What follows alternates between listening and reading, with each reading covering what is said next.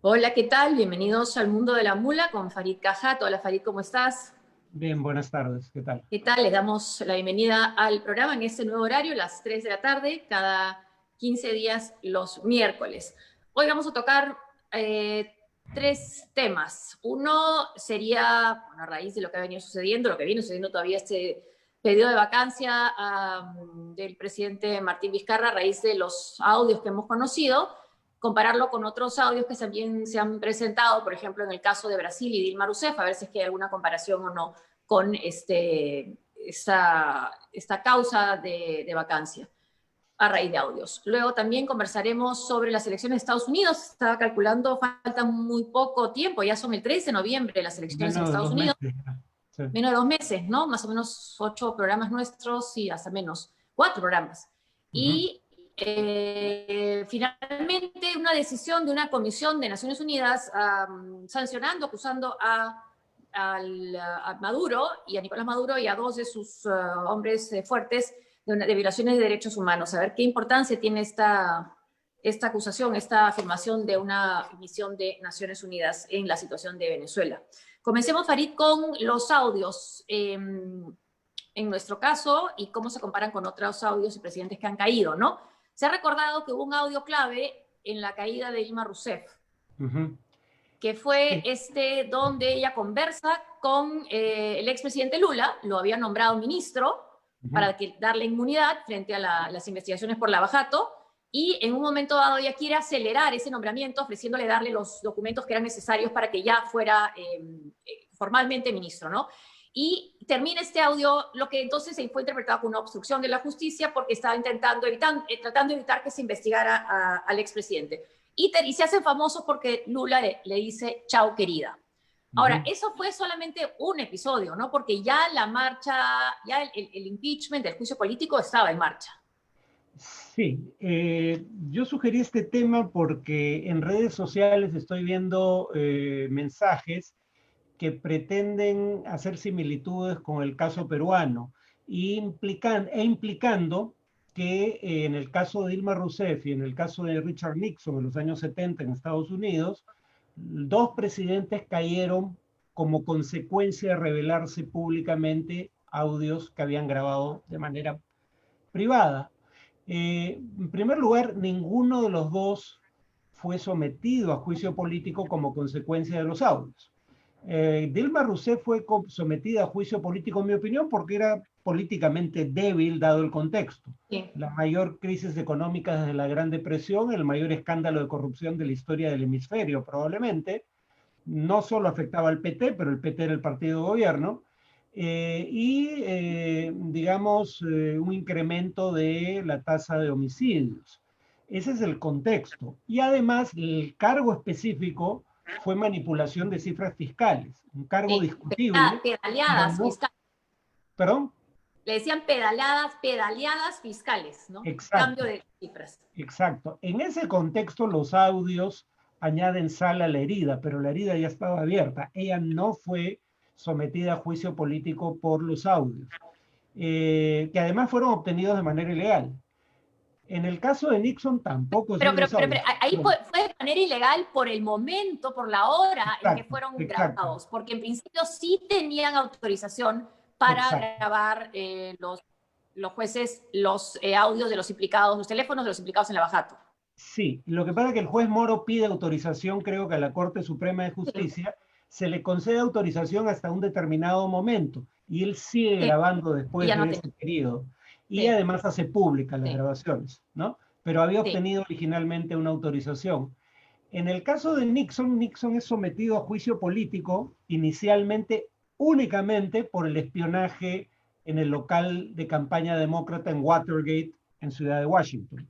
Ujú. Luego, cuando el Congreso le pide que haga públicos los audios, que ya se sabía que existían, él se niega a hacerlo y ahí recién se añade un segundo o tercer artículo para justificar el juicio político por eh, una suerte de obstrucción al Congreso, en este caso. Ujú. Pero finalmente Nixon es obligado a revelar esos audios por una decisión de la Corte Suprema. Y acá dos puntos. La razón inicial por la que empieza el juicio político no tiene que ver con los audios. Y dos, Nixon no es vacado, para usar nuestro término. Renuncia, como se ve ahí en ese titular, antes de que se inicie el juicio político. Además, él se grababa, a diferencia de acá, Él que se todo indica grababa, claro, sí. el presidente. Él mismo grababa todo desde el despacho Oval. Exacto. E incluso al comienzo, después del escándalo, es reelegido. No, no después de Watergate. Ujú.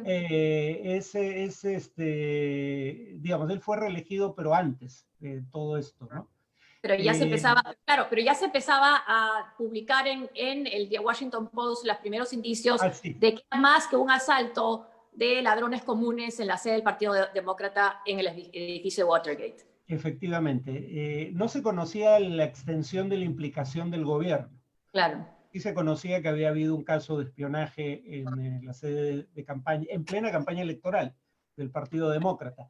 Sí. El caso donde además, curiosamente, un audio hubiera sido importante, que es el juicio político o impeachment, como le llaman en Estados Unidos, contra Donald Trump, ahí sí hubiera sido importante tener el audio de la conversación que sostuvo con el presidente Zelensky de Ucrania, porque precisamente de lo que se le acusaba es que había un quid pro quo en esa conversación.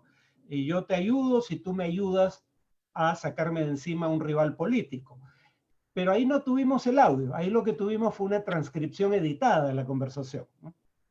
Claro, acá también hemos tenido un presidente que no llegó a tener juicio político, pero sí renunció a partir del audio, ¿no? En el caso de PPK, efectivamente, pero renuncia a partir de los audios que graba el congresista Mamani, efectivamente. Ahí sí los audios fueron decisivos, ¿no? Ahí sí fueron. Todo parece indicar para la decisión del presidente de renunciar.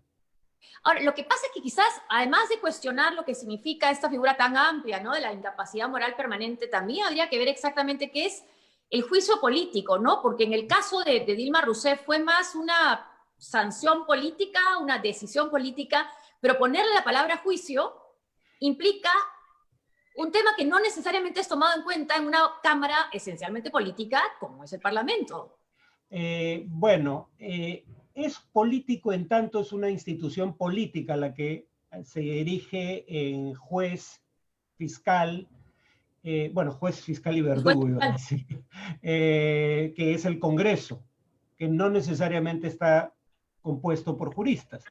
Puede ser gente de cualquier profesión sin ninguna experiencia previa en derecho. Por eso es un juicio, es en alguna medida un proceso político. Pero hay una diferencia importante. En otros países, Paraguay, por ejemplo, las razones para vacar al presidente pueden ser estrictamente políticas. En el Perú no. En el Perú las razones son las que establece la Constitución y, como han dicho infinidad de constitucionalistas en estos tiempos, incapacidad moral permanente se entendía originalmente, y así es recogido en sucesivas constituciones, como un problema de salud mental o de capacidad mental, ¿no? Pero ha debido poner mental, ¿no? Sí, sí. Yo personalmente creo que hay indicios de obstrucción a la justicia en los audios de Vizcarra. Por la primera conversación, ¿no? La primera que se difundió. Exacto, exacto. Pero en tanto se esté tratando de encubrir una acción que es delictiva, que eso todavía no lo sabemos, ¿no? Por eso yo siempre dije, hay gente que me dice ahora que estás en Canal 7, pues pronúnciate si te atreves. Lo digo abiertamente, yo creo que Vizcarra hay indicios suficientes como para investigarlo. Él ya ha dicho que está abierto a testificar en el gobierno y probablemente para enjuiciarlo, pero una vez terminado su mandato, no para la vacancia según los términos de la Constitución. Además, el trabajar en Canal 7 no significa ser un vocero del gobierno, es el canal del Estado, ¿no? Es muy diferente, debería ser muy distinto, ¿no? Bueno, y está mal que lo digamos nosotros, pero es información de dominio público. Cuando discrepamos seriamente con una decisión del gobierno, cuando ambos estábamos en el Canal 7, criticamos al aire la decisión de indultar a Fujimori y renunciamos al día siguiente. Renunciamos, así es, como lo hizo también Hugo Coira, que entonces era presidente. Y el ministro de Cultura. También, después de Salvador Solá. Ahora, lo que sí se ve es que en América Latina, tan lamentablemente acostumbrados que estuvimos en una década, que los golpes comenzaran en los cuarteles y luego pudieran tener apoyo de algunos sectores civiles, ahora parece ser al revés, ¿no? Están estas vacancias express que se dan en los propios parlamentos. Sí, y que yo creo de manera injustificada. Yo personalmente bueno, no soy jurista y por ende esto es una opinión del ego, lo admito de entrada. Pero yo personalmente creo que ni la vacancia de Fujimori, ni la vacancia de PPK, ni el intento de vacancia de Carranza, ni el juicio político contra Rousseff, ni el juicio político contra el presidente paraguayo, cuyo nombre se me escapa en este Ex momento, religioso, ¿no? Sí, claro, este ex sacerdote, sí. creo que ninguno de los casos se justificaba, en mi opinión personal, ¿no? En el caso peruano, no porque no hay acciones del gobierno que no merezcan sanción, sino que no constituyen lo que la Constitución establece como causal de vacancia. Pero quizás ahí sea lo necesario que precise el TC entonces qué significa esa causal de vacancia por incapacidad moral. Bueno, hemos citado a Estados Unidos y que Trump no fue vacado por ese impeachment, pero puede ser reelegido. Estamos viendo las últimas encuestas que muestran un acercamiento entre las intenciones de voto de Joe Biden, que tenía muchas más ventajas unos 2, 3 meses, y Donald Trump, ¿no? Y en un estado clave, estos estados de batalla que se llaman, como por ejemplo Florida, que tiene una gran cantidad de votos electorales, 29, que es el mayor de los estados en disputa, y ahora es ahí donde están concentrando sus esfuerzos. Biden acaba de estar ahí, también estuvo Kamala Harris. Ahora, el tema creo que esta vez parecen haber entendido los demócratas, por lo menos eso se ve por el tipo de avisos que están haciendo, es que el voto hispano en Cuba o en Estados Unidos o en Florida no es pues sólido, no es un solo grupo, hay divisiones, ¿no? Están los cubanoamericanos, los puertorriqueños, por supuesto los venezolanos. Creo que ahí sí no se entendió muy bien en la elección pasada. Sí, bueno, sobre lo que dijiste en cuanto a las encuestas, yo sugiero no seguir ningún encuestador en particular, sino seguir los promedios de encuestas Sí. que realizan agencias como 538, y yo sugiero seguir específicamente la de 538, así se llama la agencia, porque ellos hacen un promedio ponderado de encuestas. La ponderación es por tamaño de muestra, fecha de realización, trayectoria previa de la encuestadora, esa precisamente. Y si te fijas, bueno, esto no es la fecha, no es la más reciente, estamos viendo julio del 8 de julio, Sí. pero si ves la más reciente, efectivamente, Biden ha perdido 0.5% en la ventaja que tenía hasta hace muy poco, pero sigue con una ventaja de 7%. Ya había estado desde junio, desde el 1 de junio más o menos, la diferencia nunca ha sido menor a 7 puntos en favor de Biden. Hasta ayer, no he visto hoy día, pero presumo que no ha cambiado tanto en un día, hasta ayer se mantenía en 7. Es la diferencia más corta que ha habido entre Biden y Trump desde el 1 de julio. Pero si baja de 7, ahí entramos a terreno pantanoso, porque recordemos que Hillary Clinton tenía una ventaja de 6 puntos en el promedio de encuestas a poco más de una semana de las elecciones, y lo perdió en el trayecto final, ¿no? Eso en encuestas nacionales. En encuestas nacionales, pero en promedio de encuestas. El promedio Claro, que hace encuestas 538. nacionales, claro, Encuestas nacionales. que te engañan también, ¿no? Porque al final lo que decide la elección son los estados claves, Pensilvania, Michigan, Wisconsin, bueno, Florida Y también, ¿no? Florida, claro. Bueno, en el caso de Florida, literalmente decidió la elección del año 2000, ¿no? George W. Bush ganó la presidencia porque ganó la Florida, única y exclusivamente, porque perdió el voto popular. En el caso de Clinton, pierde la Florida, pero pierde además 3 estados que eran considerados estados demócratas. En cuanto al electorado latino, la diferencia con los afroamericanos es que los afroamericanos, no importa cómo, digamos, dividas ese grupo demográfico o sociodemográfico, casi 90% de los afroamericanos votan por los demócratas, ¿no? En cambio, los latinos sí importa cómo los dividas. Los hombres son más proclives a votar republicano que las mujeres, al igual que en todos los grupos en Estados Unidos, salvo los afroamericanos probablemente. Los que hablan español son más proclives a votar demócrata que los latinos que no hablan español.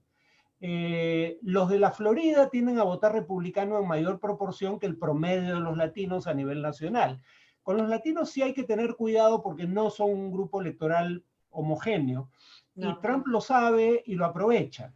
Y en la Florida le está yendo bien. Por ejemplo, una cosa que ha hecho en la Florida es sacar un nuevo documento, ¿cómo se llama? A ver, tengo el título por acá. Bueno, no lo tengo. Bueno, Es algo así como documento de seguridad, marco estratégico para el hemisferio occidental. Saca un documento estratégico sobre América Latina a 2 meses de las elecciones, sin sacar un documento similar respecto a ninguna otra región del mundo y diciendo cosas distintas a las que decía en el Sí. documento de seguridad nacional de 2017. Y Sí, además no. presenta en la Sí, Florida. Todo eso sí. parece calculado para apelar a ciertos grupos del electorado latino, en particular a los cubanoamericanos, que son más conservadores que la media de la comunidad Claro. latina.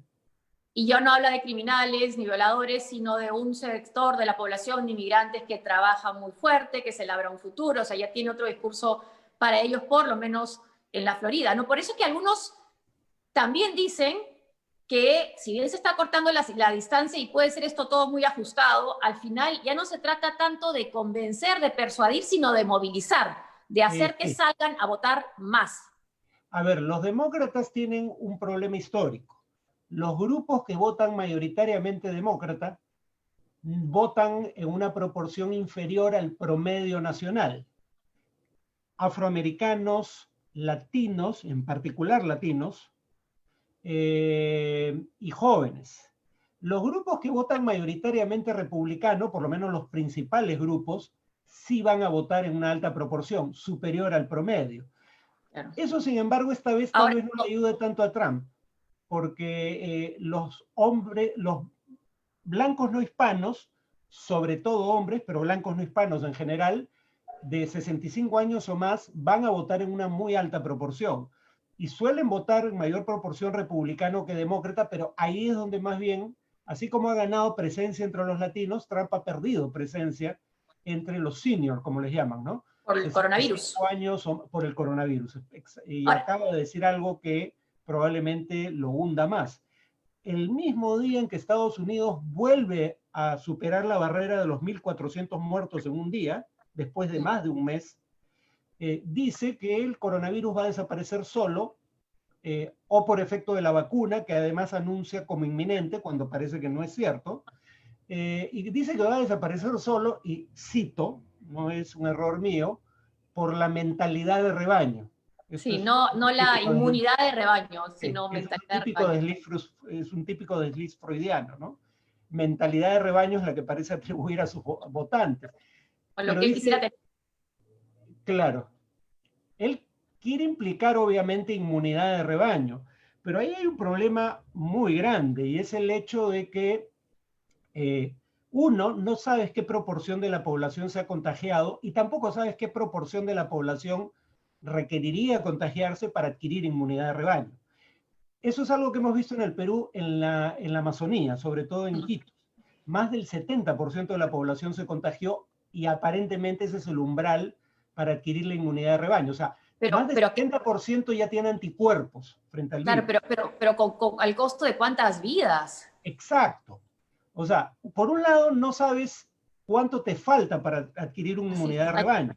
Dos, sí, no sabes cuánta gente va a morir. Hay cálculos que dicen que el umbral sería hasta el límite máximo, no el umbral, sería sí. hasta de 2 millones de muertes si sigues la estrategia de buscar la inmunidad de rebaño.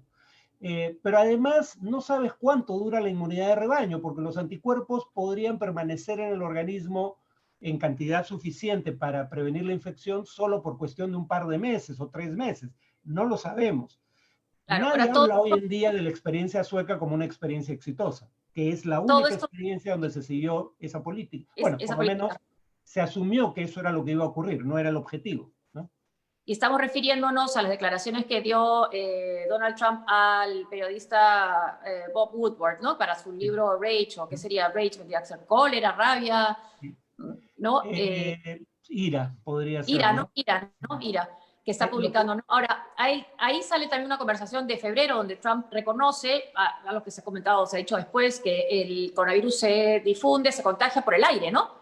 sí, pero que no quería causar alarma entre la población, por eso redujo la importancia del problema.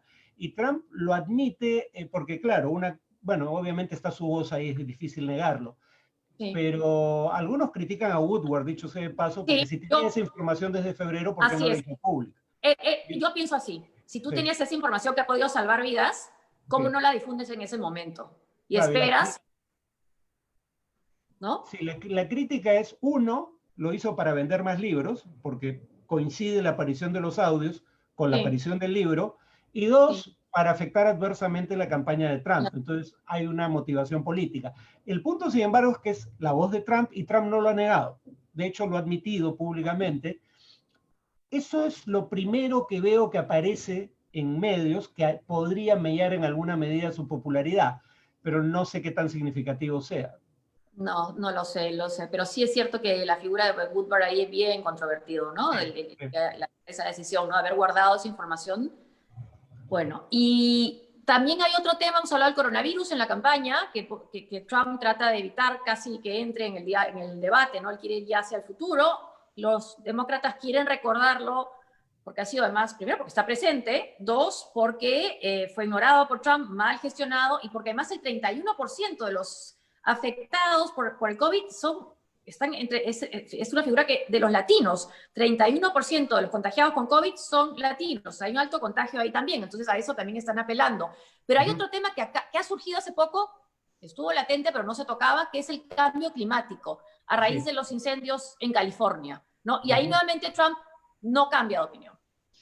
No, bueno, él ha dicho antes de ser presidente de que el cambio climático no solo no existe, sino que es producto de una conspiración urdida por China para restar competitividad internacional a la industria estadounidense.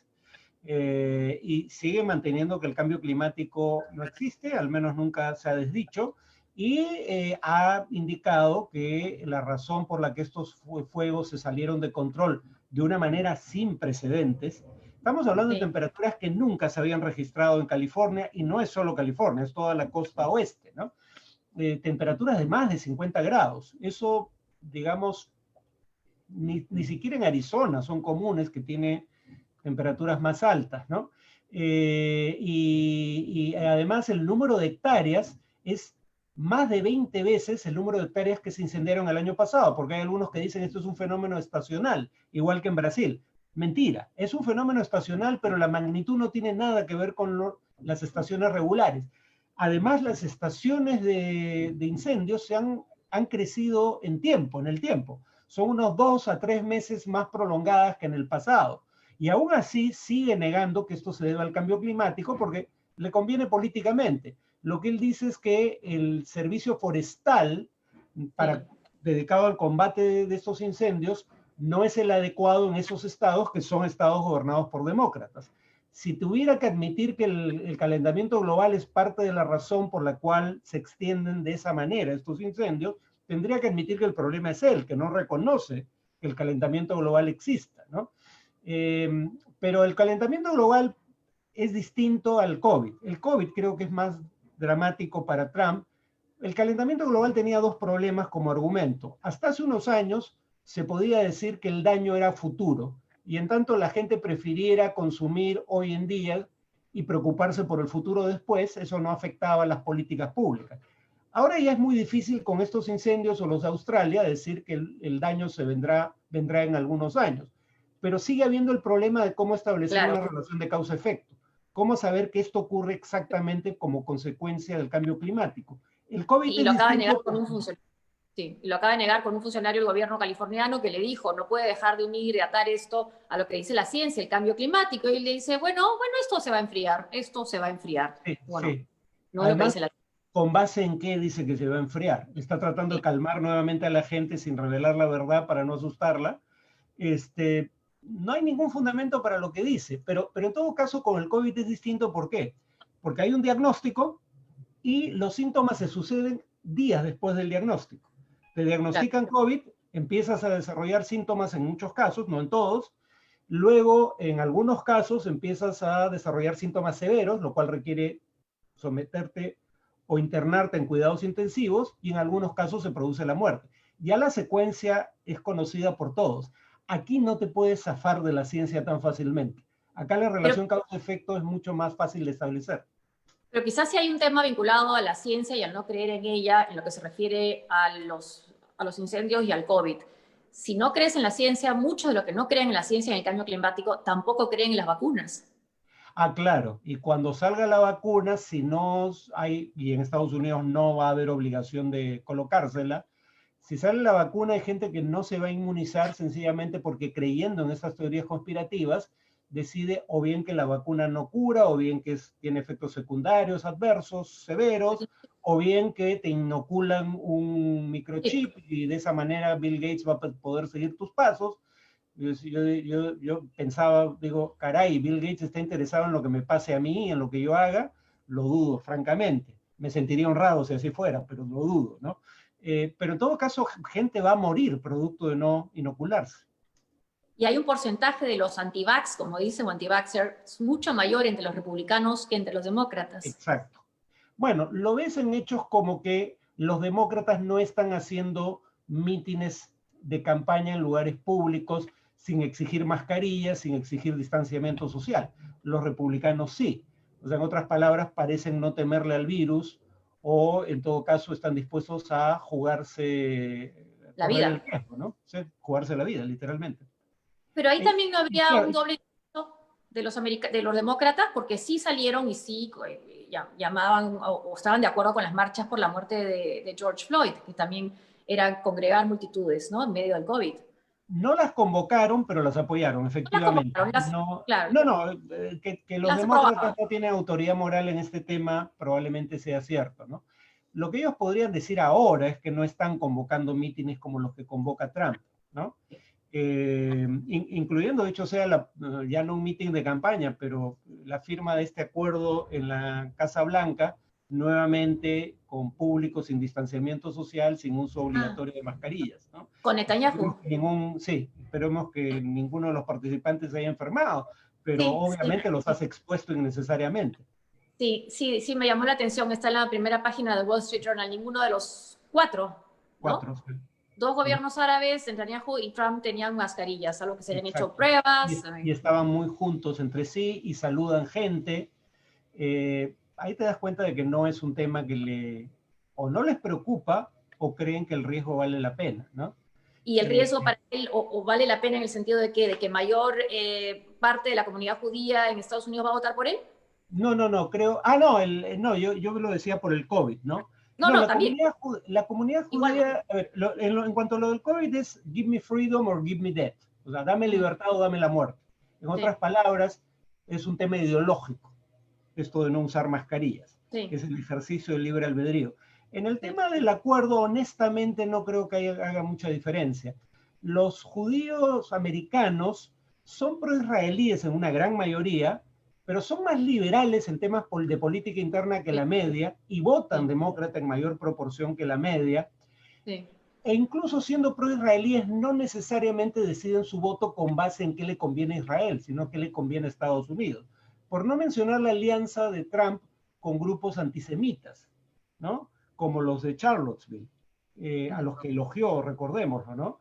Sí. Entonces, no creo que esto cambie mucho la tendencia electoral entre judíos estadounidenses.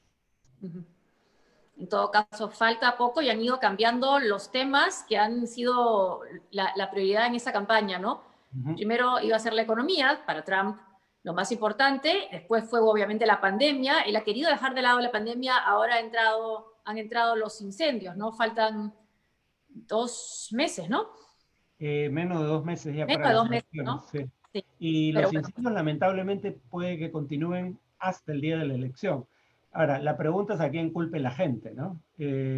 Si le cree a Trump diciendo que el problema son los gobernadores demócratas que no saben hacer su trabajo, sí. o si le crean a los gobernadores demócratas que dicen que el problema es el calentamiento global y el que no hace su trabajo al admitir el problema es Trump.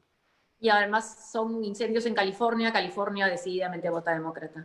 Sí, California, Oregón y Y Washington. Washington, y Sí, Washington, a sí. 3 estados de la costa oeste. Recordemos que electoralmente las costas son demócratas, y sobre todo la costa oeste. Sí. Entonces, estos son incendios sobre todo en estados de mayoría demócrata. Por ende surge el tema de la politización de la causa de los incendios. Y también puede servirle con los venezolanos que están, estoy pensando en Kamala Harris, que fue a Florida esta semana y se reunió con venezolanos que están viviendo ahí, ciudadanos venezolanos que están viviendo en Estados Unidos huyendo de Maduro. Comió arepas, además, según lo que cuentan las crónicas de los que estuvieron, los periodistas que estuvieron ahí.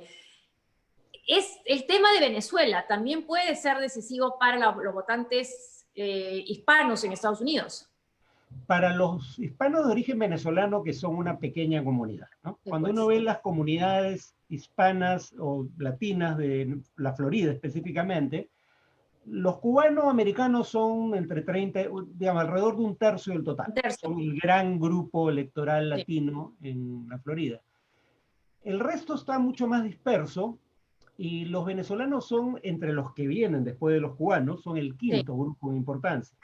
Lo que sí creo es que probablemente porque son un grupo más de élite económicamente hablando que el promedio, y porque obviamente muchos de ellos son refugiados o simplemente han huido de las circunstancias económicas de Venezuela, son más críticos de Maduro, y para ellos probablemente, como es una migración además muy relativamente reciente, para ellos ese tema tal vez sea importante, y ahí entra a tallar el documento que mencionaba, el marco estratégico para el hemisferio occidental, donde los tres países que se nombran sistemáticamente son Cuba, Venezuela y Nicaragua, la troika de la tiranía, como la llamaba Bolton, ¿no?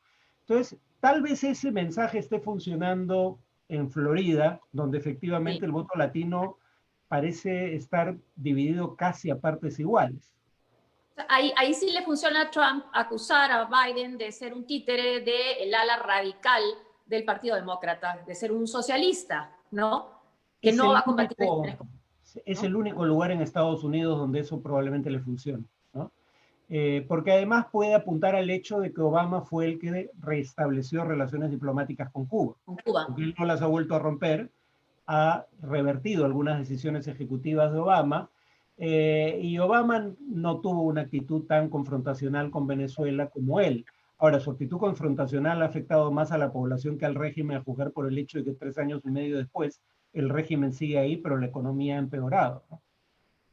Hablando de Maduro, este régimen, ¿qué significa esta decisión de una comisión de Naciones Unidas que depende de la Comisión de Derechos Humanos? ¿Entiende bien qué importancia tiene esta declaración?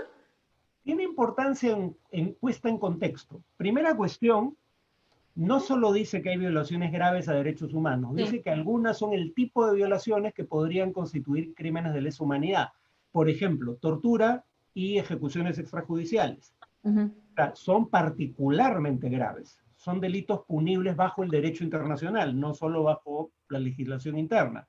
Dos, para hablar de crímenes de lesa humanidad no solo tienes que haber cometido ese tipo de delito, tienes que haberlos cometido de manera sistemática. El informe sugiere que se han cometido de manera sistemática. Pero además esto se da en el contexto de una serie de otros informes o procesos que van en la misma dirección. Una comisión también de Naciones Unidas, presidida por la relatora de Naciones Unidas para Derechos Humanos, Michelle Bachelet, militante socialista, habría que recordarlo, porque muchos creen que aquí hay un sesgo antichavista, también acusa al gobierno venezolano del mismo tipo de crímenes. La Corte Penal Internacional, que también está investigando a los Estados Unidos, nuevamente para que no se crea que esto es un sesgo político o hay un sesgo político. La Corte Penal Internacional desde febrero del 2018 está investigando la posibilidad de presentar cargos contra el régimen venezolano por este tipo de crímenes. Y coinciden con esta comisión Human Rights Watch y Amnistía Internacional, que también criticaban a Uribe y también criticaban a Fujimori por abusos de poder y violaciones a derechos humanos. O sea, parece haber suficiente evidencia como para cuando menos iniciar un proceso. Ahora, la Corte Penal Internacional no procesa gobiernos, procesa individuos. Por eso las responsabilidades que establece esta comisión tienen nombre propio. Son 45 personas que incluyen a Maduro. Sí, es una misión de investigación de Naciones Unidas. ¿Qué significa? ¿Que ha hecho trabajo en el terreno? Porque Michelle Bachelet sí fue. Michelle Bachelet sí, esta misión no pudo ir por dos razones. Primero, porque igual que en el Perú, hay restricciones a vuelos internacionales por la pandemia, pero además porque según la comisión, el gobierno de Venezuela no respondió a sus pedidos para que autorice sus visitas. Entonces han usado probablemente Zoom, o sea, han usado básicamente teleconferencia, Y hay testimonios, infinidad de testimonios de víctimas, pero también de victimarios. Hay testimonio de miembros de las fuerzas, ¿cómo le llaman? Las FAES, una fuerza de choque de la policía venezolana. Hay miembros de esa fuerza que admiten los hechos y admiten que fueron perpetrados por órdenes superiores. Entonces, digamos, hay suficiente evidencia como cuando menos para iniciar un proceso. Y la oportunidad también es importante, ¿no? Porque han habido negociaciones entre la oposición, por lo menos entre Capriles y el gobierno, que han, por ejemplo, desencadenado en que se libere a presos políticos. Bueno, esto podría fortalecer a Guaidó en el Claro, público porque no interno negoció. dentro de la oposición, porque un poco va a decir, miren con quién están Negociar. transando, miren a quién le están creyendo, ¿no? El punto para mí es que no estoy seguro que la estrategia, bueno, el tema es que yo no sé qué cosa le funciona a la oposición venezolana. Digamos, 20 años después no les parece haber funcionado ninguna estrategia. Y yo tiendo a creer que la de Capriles sigue siendo mejor, no regalar espacios, pero tampoco garantiza el éxito, ¿no? ¿Qué Sí. estrategias funcionan frente a líderes tan autoritarios y que tienen la protección de los militares? ¿No? Acabo de ver la foto de Navalny en Rusia, por ejemplo, recuperándose de este envenenamiento, pero difícilmente va a poder pues, ser una oposición que pueda mellar el poder de Putin a esas alturas. Hay una autora estadounidense que es muy interesante, porque además ella fue militar antes de ser académica, Erika Chenoweth. Sirvió en las Fuerzas Armadas de su país y ella ha estudiado el tema, digamos, ella además es un caso interesante porque ella creía que la protesta violenta era políticamente más eficaz. Cuando se hace académica y empieza a investigar el tema, encuentra que eso no es cierto. Y entonces dice, hay dos cosas. Primero, la protesta pacífica tiene más o menos 2 veces más probabilidades de éxito para obtener sus objetivos que la protesta violenta. Uno, entre otras cosas porque una protesta pacífica puede convocar a todos los estratos de la sociedad, menores de edad, gente de la tercera edad, gente de altos ingresos, gente de bajos ingresos, hombres y mujeres. Las protestas violentas suelen ser un fenómeno de hombres jóvenes, fundamentalmente, ¿no? Y hombres jóvenes de estrato medio hacia abajo. En cuanto a nivel de ingreso, nivel educativo no está tan claro. Entonces, por un lado, que la protesta sea pacífica, pero por otro lado, tratar de dividir a la élite gobernante. Creo que ese es el problema con la estrategia de Guaidó. Uno, lo conversamos en este programa, ¿no? Uno puede decir contra un régimen como el de Maduro se justifica un golpe de Estado. El punto es que lo intentaste y fallaste, y más de una vez. Y entonces, una vez que fallas, ¿cuál es el efecto sobre la élite gobernante? Cierra filas tras el régimen. Creo que esa es la razón fundamental por la que yo creo que la estrategia de Capriles, sin haber tenido mayores resultados hasta ahora, ninguna estrategia de la oposición, tiene a futuro mayores probabilidades de éxito. Es mi apreciación personal. Claro, y el resultado que ha tenido la estrategia de Capriles, bien por los presos políticos ser liberados, pero también es una demostración más bien de fuerza que de debilidad de Maduro, ¿no? Sí, a ver, Ahí está, lo suelto. Diga. lo que ha logrado Capriles es que el gobierno acepte invitar observadores de Naciones Unidas y de la Unión Europea. Si hay observadores internacionales, digamos, las condiciones para las elecciones son injustas, de eso no hay Sí. discusión.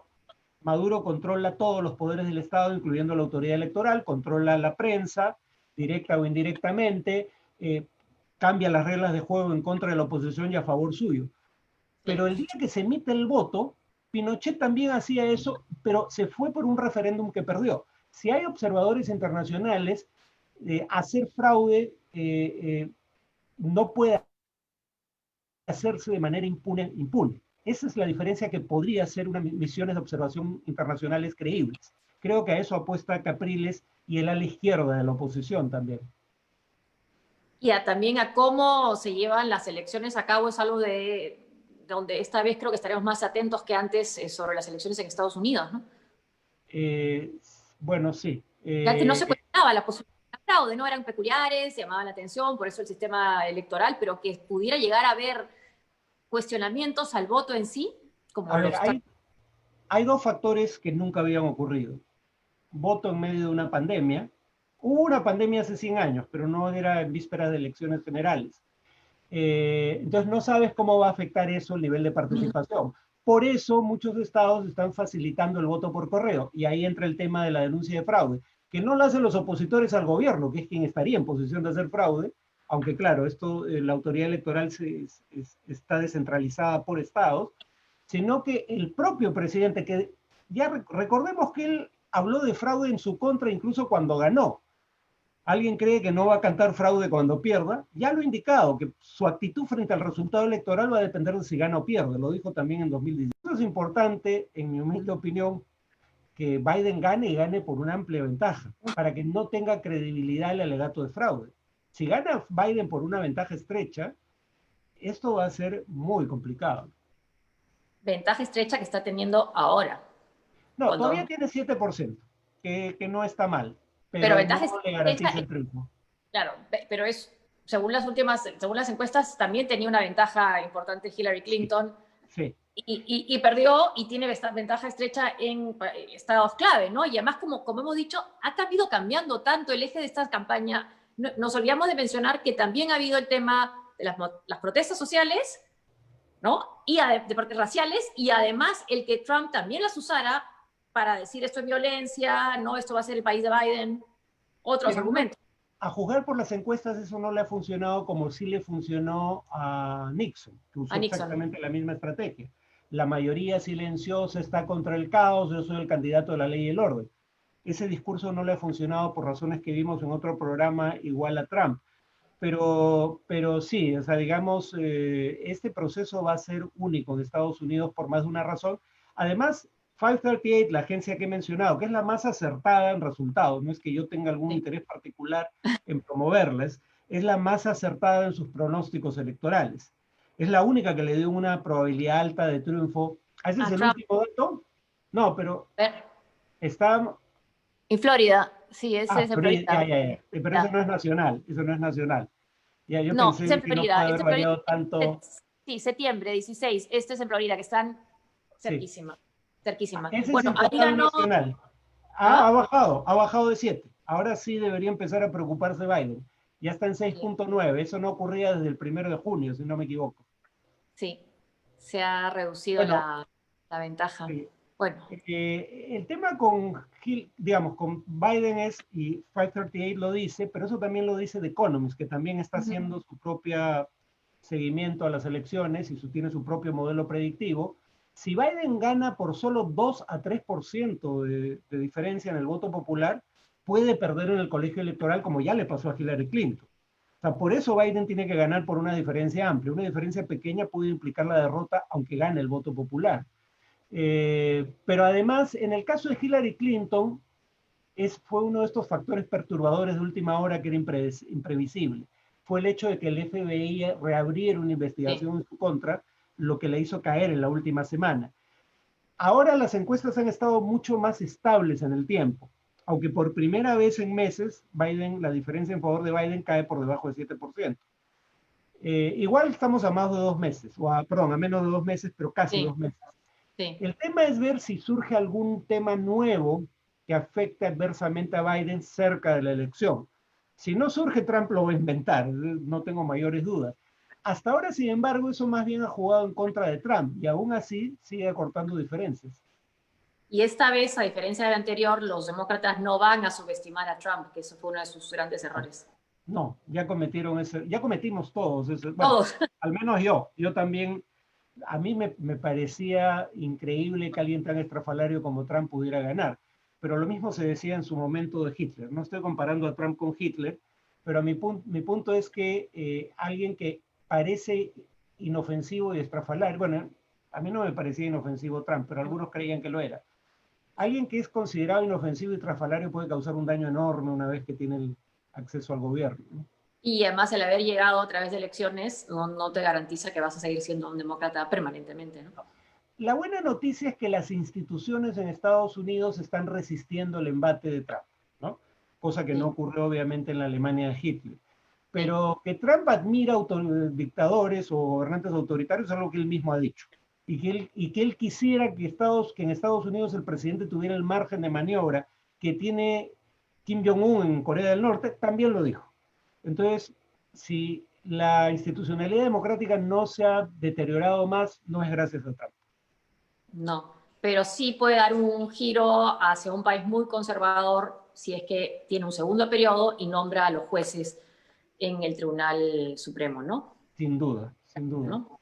Ahí sí su legado sería bastante más, digamos, amplio y permanente que su propio gobierno, así que ya tener un segundo gobierno. Sí, bueno, de hecho ya cambió la mayoría Lo que ha sucedido en la Corte Suprema es una muestra de la importancia de instituciones independientes. Y ya hay una mayoría conservadora en la Corte Suprema. Sí, Lo que sí, pasa es que algunos jueces parecen haber interpretado su función como una en la cual deben ser el fiel de la balanza en un contexto donde hay un presidente sin frenos. Bueno, ahora tiene la mayoría en contra en la Cámara de Representantes. Ese ya fue un contrapeso. Tiene una prensa crítica, ese es otro contrapeso. Pero algunos jueces que normalmente votaban junto con la mayoría conservadora en la Corte Suprema han empezado a votar en contra de Trump. Y eso habla bien de ellos, ¿no? Porque parecen darse cuenta de que no importa cuál sea su ideología o su posición política, claro, hay necesidad de contrapesar un presidente claro. que tiende a abusar de su poder cuando tiene la prerrogativa de hacerlo. Y votan según el derecho, ¿no? Según la Según el interpretación. derecho, efectivamente, ¿no? Lo de la prensa, sí, es una prensa crítica, pero qué difícil ser una prensa crítica sin ser una prensa casi propagandística de Joe Biden. Exacto. Yo creo que CNN ya cayó en eso. Bueno, te ataca tanto Trump que ya pretender ser neutral es absurdo, ¿no? Pero creo que se le fue la mano lo mismo a CNN, ¿cómo es? ¿Tiene NBC? No NBC, sino la cadena de cable de NBC, El cable, sí. que Sí, también, digamos, se ha convertido en un eco. O sea, lo que criticaban en Fox, el ser la sí. cámara de eco de Trump, lo están haciendo CNN y la Y, cadena de y cable de NBC. Rachel Maddow, por ejemplo, que está en ese canal de cable, siempre ha sido así. Entonces no Sí, llama la atención. sí, Siempre ha sido, sí, ¿no? sí. Con opinión liberal. Lo que llama la atención es que CNN, que antes decía, nosotros somos, digamos, no tomamos partido, ahora sí está actuando de manera diferente. Ahora también son otros Lo tiempos. cual es problemático porque cuando yo quiero saber, conocer los hechos más allá de las versiones, ya no busco a CNN. Antes yo podía tener discrepancias con la cobertura de CNN, pero digamos no interpretaban de manera antojadiza los hechos. Ahora ya casi, cuando invitan republicanos, son republicanos críticos de Trump. No es que yo no coincida con ese tipo de Sí, no, posiciones, claro. pero a veces quiero un análisis independiente y ya no lo obtienes en CNN. No. Yo creo que es difícil ahora para obtenerlo de los medios, de los periódicos o los canales Sí, americanos, sí, estadounidenses, ¿no? incluyendo, bueno, el Washington Post y el New York Times dentro de todo lo están haciendo mejor. Ahora, alguna vez conversamos esto, una cosa es que la línea del medio sea crítica de Trump y otra es que Sí, la cobertura sea crítica sí, y que no sobre represente a Trump, ¿no? Eso ya pasó. Como Trump daba rating o daba lectoría, medios claro. como New York Times le daban mucha más cobertura a Sí, Trump en las primarias de 2015 sí. y 16 Porque es que llamativo. a cualquier otro candidato. Sí. Tendrías que buscar la información algo en el medio entre el New York Times y el Wall Street Journal. Lo que pasa es que todos están cobrando ahora por su suscripción. Sí, pues ¿No? te dan un Claro, número muy pequeño de artículos gratis, gracias. lamentablemente. Sí, y sí, yo no me suscribo a tantos medios. No, no, pero bueno, todavía estamos en pronóstico ahí incierto para las elecciones Ujú. estadounidenses, ¿no? Hasta ahora. Yo Bueno, creo que la primera opción la tiene Biden, claramente. Lo que no me atrevería a decir es que eso no va a cambiar de acá a noviembre. claro, además Trump tiene todo el poder que le da estar en la presidencia, ¿no? Ujú. Y es capaz, para decirlo con claridad, porque esto es algo que se puede verificar, Sí, es capaz de decir cualquier mentira y un amplio sector de su electorado se la va a creer, ¿no? sí, Entonces, ¿con sí. qué saldrá en vísperas de elecciones si sigue 7 puntos detrás? ¿Quién sabe, no? Tiene esa base súper sólida, ¿no? Que no necesariamente Sí. tiene Biden, ¿no? Sí. No. Y que hemos visto y que le perdona todo porque, por ejemplo, va a ser de la Corte Suprema una Corte Suprema que refleje lo que ese sector conservador cree. ¿No? Entonces, es un Pero nuevamente, los conservadores de la Corte Suprema, por lo menos no son algunos de tan ellos, conservadores. ¿qué? no son tan conservadores, digo, han seguido más bien a la ley. Ponen la Constitución y el derecho por delante de su filiación política. Por lo menos han dado prueba de eso, ¿no? Esperemos que acá también el Tribunal Constitucional sea así. Esperen. Bueno, yo no tengo mayores dudas, la verdad, ¿no? El punto es que sea unánime, que podría ocurrir, dicho sea de paso, porque si es una votación 4-3, como ha ocurrido tantas veces en el Tribunal Constitucional, algunos van a decir esa es la mayoría pro-vizcarrista que en realidad heredó de Humala, porque no es que Vizcarra o PPK hayan elegido a estos magistrados, pero digamos, esa es la mayoría automática en favor de posiciones críticas a la mayoría del Congreso. Si es una votación de 7-0, cosa que me parece probable, ahí es más difícil utilizar ese argumento, ¿no? O sea, esa sí sería una victoria incuestionable de Vizcarra. Un 4-3, que también cabe dentro de lo posible, sería más fácil de cuestionar. Hasta aquí entonces el programa, Farid. Muchas gracias. Gracias a ustedes por acompañarnos y hasta dentro de 2 semanas. Sí, no el siguiente miércoles, sino el otro. Gracias. Buenas tardes. Hasta luego. Chao.